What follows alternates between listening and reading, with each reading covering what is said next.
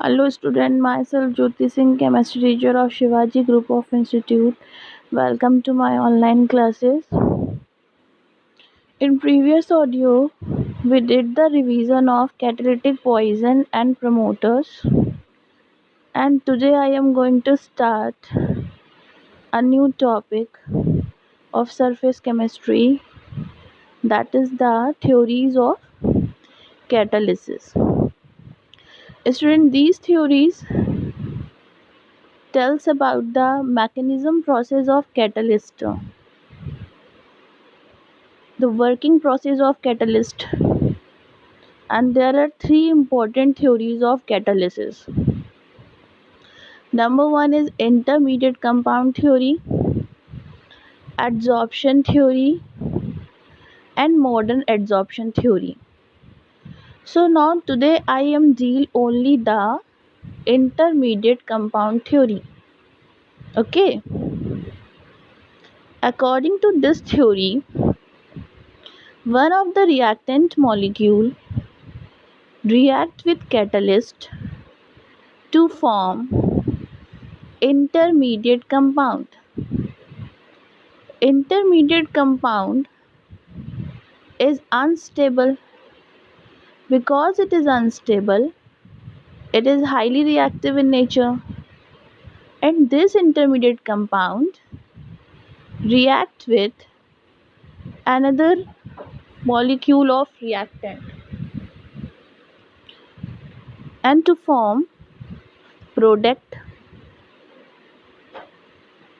and catalyst is free for further reaction.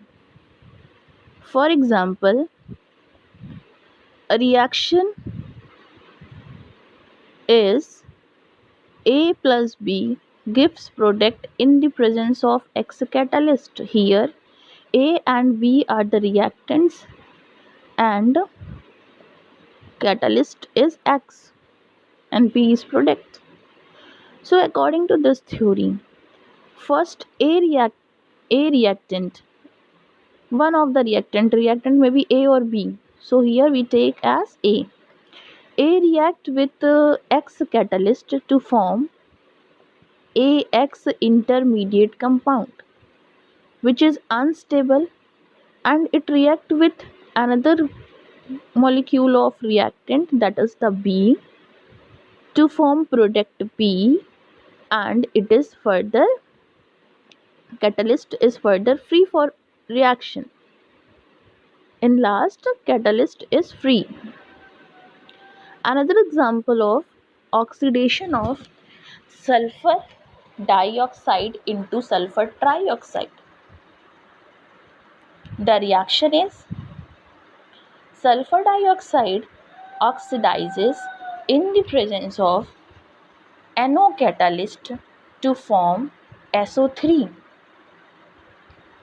So, according to this theory, first of all, NO catalyst react with one of the reactant molecule. Here the reactant molecule is O2 to form NO2 intermediate compound. This intermediate compound is unstable and highly reactive. It reacts with another molecule of reactant, that is the SO2, to form SO3 as a product, and NO catalyst is further free for reaction. Students, there are some drawbacks in this theory because this theory does not explain the action of catalytic promoters and poison.